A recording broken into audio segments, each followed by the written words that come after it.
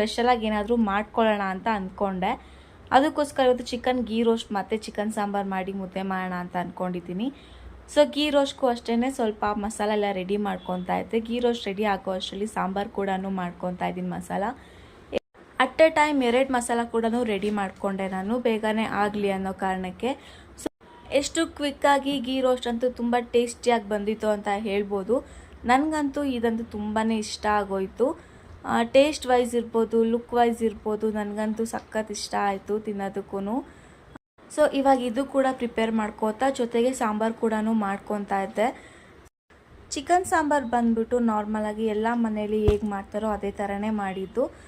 ನನಗಂತೂ ಚಿಕನ್ ಸಾಂಬಾರು ತಿಂತಾಯಿದ್ರೇ ಒಂಥರ ಚೆನ್ನಾಗಿ ಅನ್ನಿಸ್ತಾ ಇತ್ತು. Full video uploaded in my YouTube channel. So please ಒಂದ್ಸಲ ಹೋಗಿ ವಿಸಿಟ್ ಮಾಡಿ ನೋಡಿ.